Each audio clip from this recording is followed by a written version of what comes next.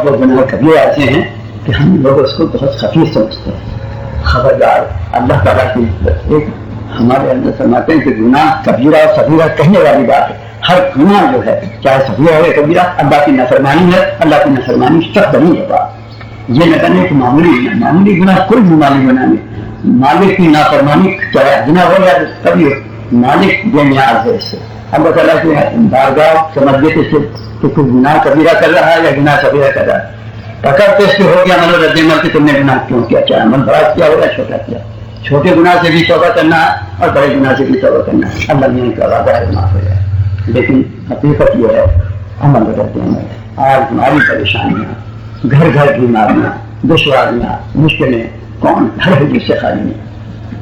طرح طرح کی تشویشیں. دفاتر میں جا کے دیکھیے ایک ہنگامہ بستا ہے.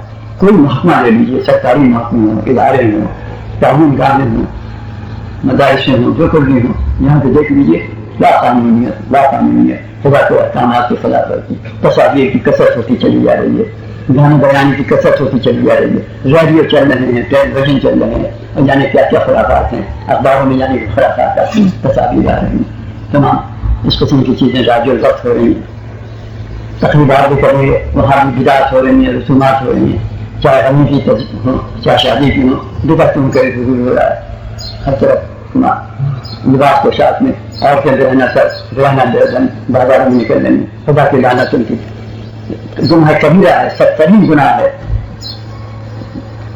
سخت ترین گناہ ہے. اور تب رہنا سر ہونا اور دنیا کے ساتھ باہر نکلنا سخت ترین گناہ ہے. اب یہ سب ہو رہا ہے. پھر یہ کہتے ہیں کہ گھر گھر پریشانی ہے, گھر بدماشی ہے, گھر میں رشتے نہیں آتے ہیں, زمین شہروں میں بستی نہیں ہے, لڑکے نافرمان ہو رہے ہیں, خوراکوں میں گھاٹے ہو رہے ہیں, فلاں نقصان ہو گیا, فلاں جگہ آگ لگ گئی, فلاں ایکسیڈنٹ ہو گیا. یہ سب واقعات ہو رہے ہیں. کیا ہو رہا ہے؟ روز پڑھتے ہیں, روز دیکھتے ہیں, ہو رہا ہے, سن لیتے ہیں کیا ہو رہا ہے. کیا رہا ہے عمل و رد عمل, عمل و رد عمل. جیسا عمل اس کا رد عمل ہو رہا ہے. کفار مشرکین کے ساتھ بھی ہو رہا ہے, ہمارے ساتھ بھی ہو رہا ہے. جیسا عمل اس کا ہم نے کفار مشرکین کے اعمال کو اختیار کر لیا ہے. اور جسے وہ مطمئن ہے اپنی حالت پر, گناہ کرنے کے بعد بھی ان کو کوئی ندامت نہیں, اور بڑے خبیث گناہ کرتے ہیں, ناپاک گناہ کرتے ہیں, مگر مانوس ہیں. ہماری ایک بدقسمتی, ہماری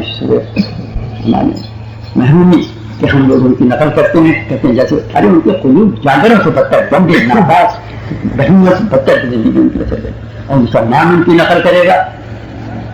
ایک کرم اللہ تعالیٰ کا اور بھی ہے عمل رد عمل. اس میں تو کبھی تغیر نہیں ہوگا اللہ تعالیٰ. اب ہم نے انہیں یہ کرائے کفار مشرکین مخدومین ضالین کے اعمال اختیار کیے, اور مطمئن ہے کہ ہم مہذب دنیا والوں کی نقل کر رہے ہیں. مہذب دنیا یہی کر رہی ہے, ہم بھی کر رہے ہیں. کرو.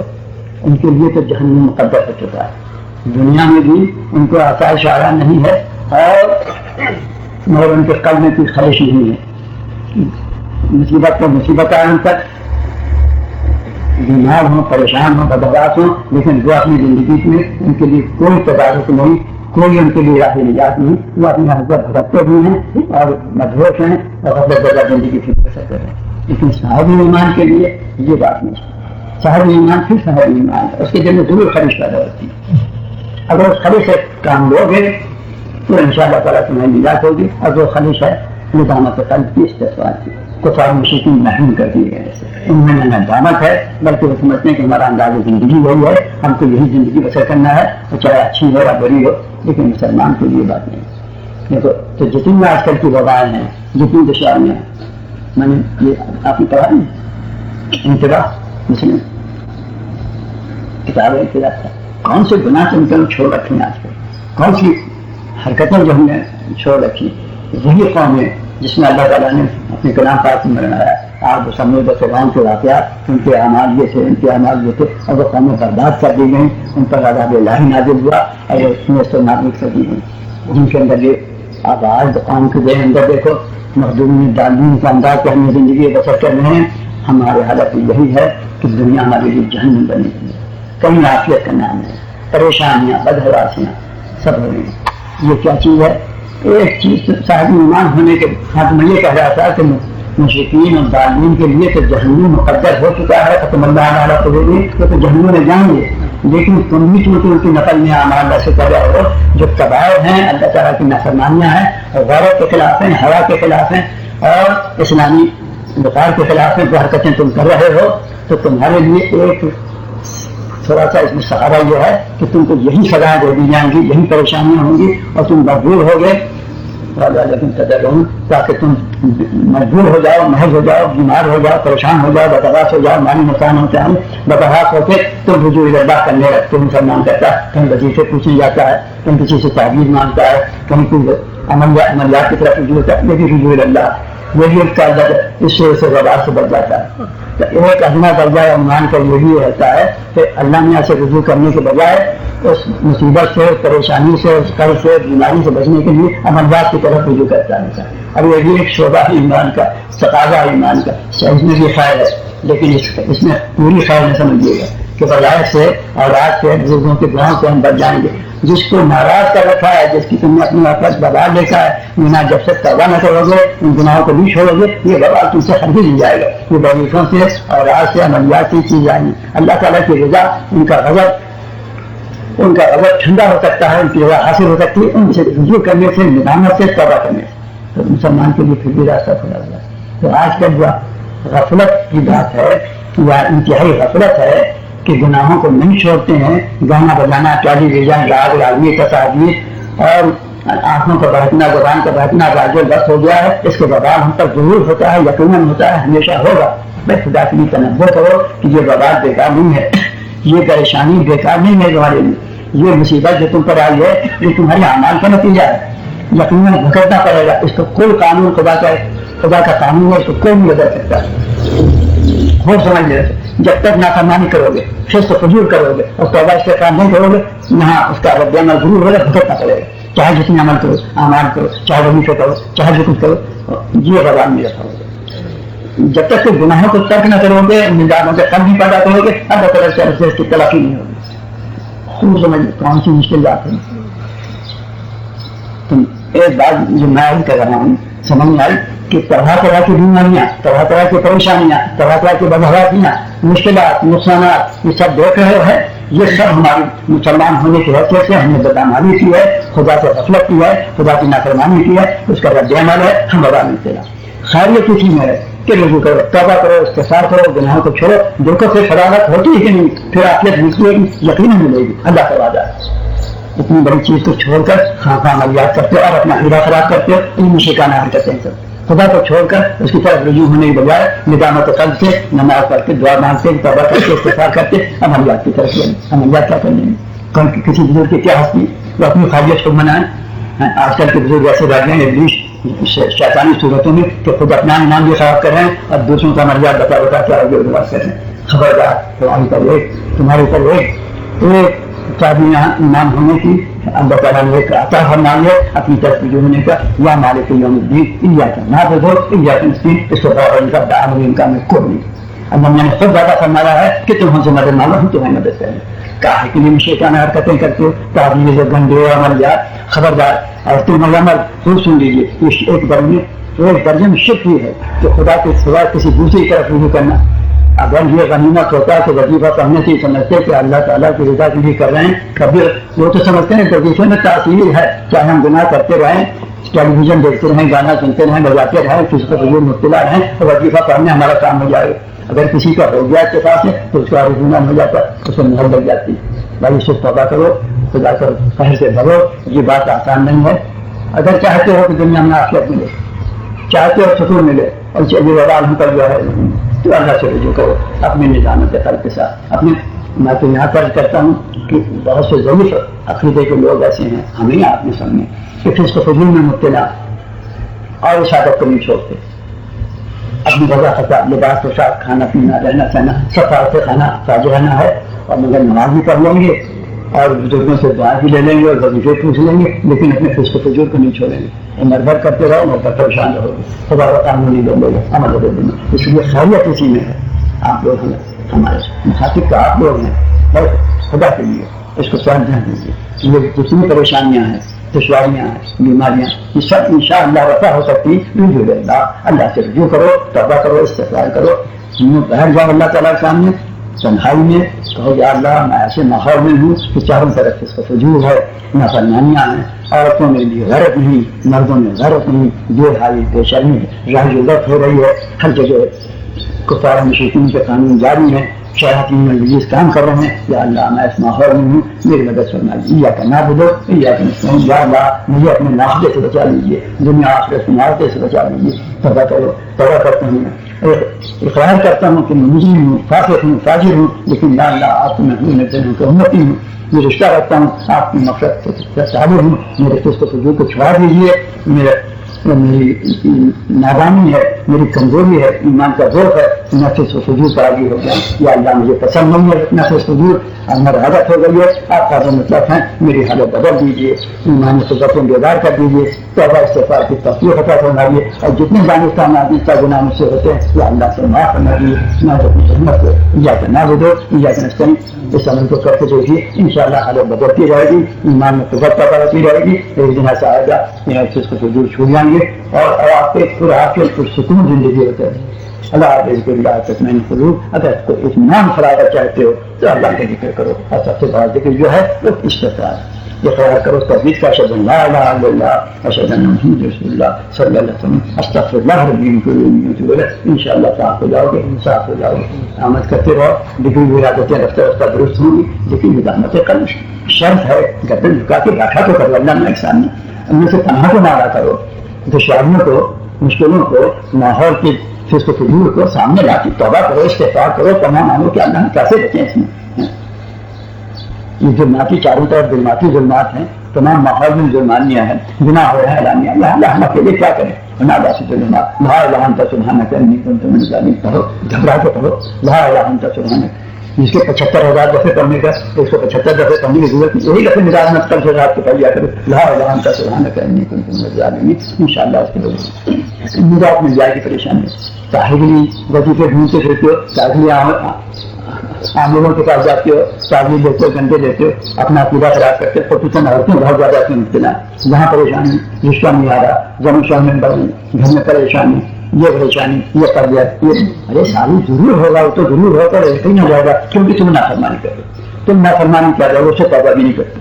توبہ کی توفیق نہیں ہوتی. تم چند دنوں توبہ کر کے دیکھو، ان کو کر کے دیکھو، راحت ملتی ہے آپ کی اپنی ملتی کہ نہیں ملتی، ضرور ملے گی انشاءاللہ، ضرور ملے گی. تو ایمان کے بعد اگر سب میں بڑی قیمتی چیز جو ہے وہ عافیت ہے. وہ کہاں ہے آپ کے پاس؟ عافیت نہیں ہے. وہ بے چین نہیں ہے. اس طرح میں کیوں بے چین ہے؟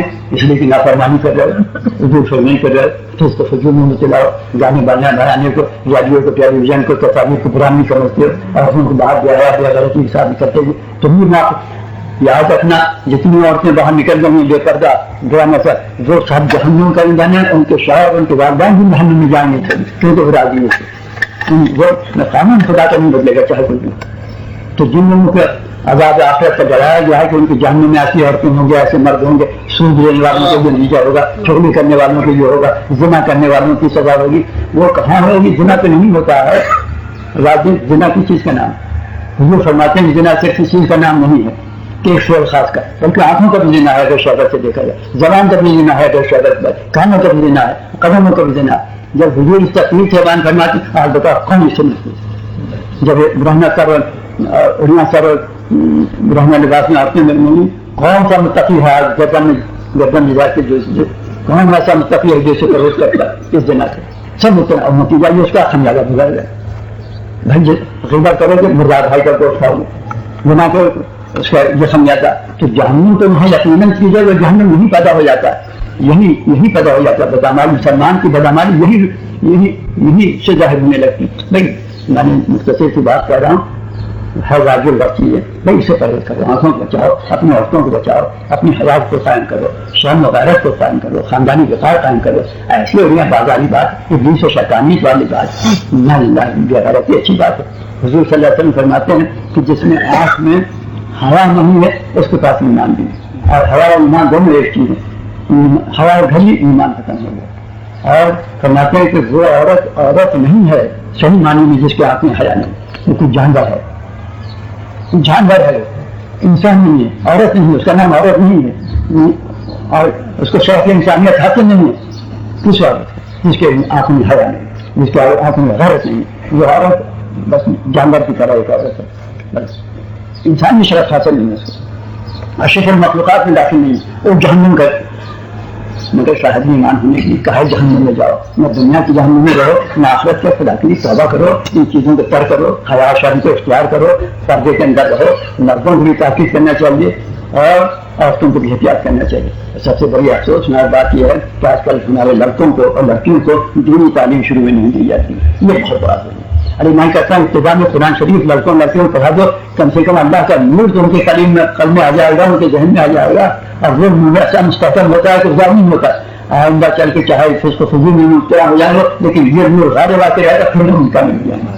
میری اپنے بچوں کو رحم کیجیے اور بچوں کو قرآن شریف ضرور پڑھایا کیجیے، لڑکیوں کو قرآن شریف ضرور پڑھایا کیجیے۔ جب یہ قرآن شریف معمولی چیز نہیں، آپ نے سمجھ لیا قرآن شریف پڑھ لیا، ارے تو اللہ کا نور ہے، کلام اللہ کا نور ہے۔ جس لڑکے نے جس بچے نے کلام اللہ کو پڑھا تو اس کے نور، اس کے رگ و پے میں، ابھی معصوم ہے وہ، اس کے رگ و پے میں پیوست ہو جاتا ہے، پھر یہی چیز اس کی حفاظت کرتی ہے، اس کی حیا کی، اس کی غیرت کی، اس کی عصمت کی، یہ نگہبانی یہی ہوتی ہے۔ میں خدا کے لیے رحم کرو اپنی اولاد پر، اور بچوں کو قرآن شریف ضرور پڑھا، پھر سے بعد بچاؤ ہوگا، بس دعا کرو کہ اللہ تعالیٰ ہم سے تفصیل دے۔ آج ہم گنہگار و خطا کار کہلاتے ہیں اور اس لیے کہتے ہیں اس لیے ہے کہ ہم فسق فجور سے مانوس ہو کے چلے جا رہے ہیں۔ یا اللہ ہمارے قلب میں اپنی جو ہم اشہد ان لا الہ الا اللہ اشہد ان محمد رسول اللہ کہا ہے، یا اللہ اپنی وحدانیت کا نور، اپنی نبی علیہ السلام کے رحمۃ اللہ علیہ کا نور ہمارے ایمان کے اندر بھر دیجیے، ہماری ایمان کو بتوں بیدار کر دیجیے، ہمیں گناہوں سے نفرت پیدا ہو جائے، بے حیائی بے شرمی کی باتوں سے نفرت ہو جائے۔ یا اللہ ہم بالکل مجبور ہیں، مانوس ہو کے چلے جا رہے ہیں، اور یہ بڑا وبال ہے کہ دنیا میں بھی بھٹک رہے ہیں اور آخرت میں بھی ہمارے لیے عذاب ہے۔ یا اللہ آپ کا وعدہ بالکل آپ کے کلام پاک میں یہی ہے کہ یہاں بھی ہم کو بھگتنا پڑے گا اور آخرت میں بھگتنا پڑے گا۔ یا اللہ ہم اس سے پناہ مانگتے ہیں، ربنا آتنا فی الدنیا حسنۃ وفی الآخرۃ حسنۃ ربنا ظلمنا انفسنا وان لم تغفر لنا وترحمنا لنكونن من الخاسرین۔ یا اللہ خسران عظیم سے بچا لیجیے۔ آمین۔ ربنا تقبل منا،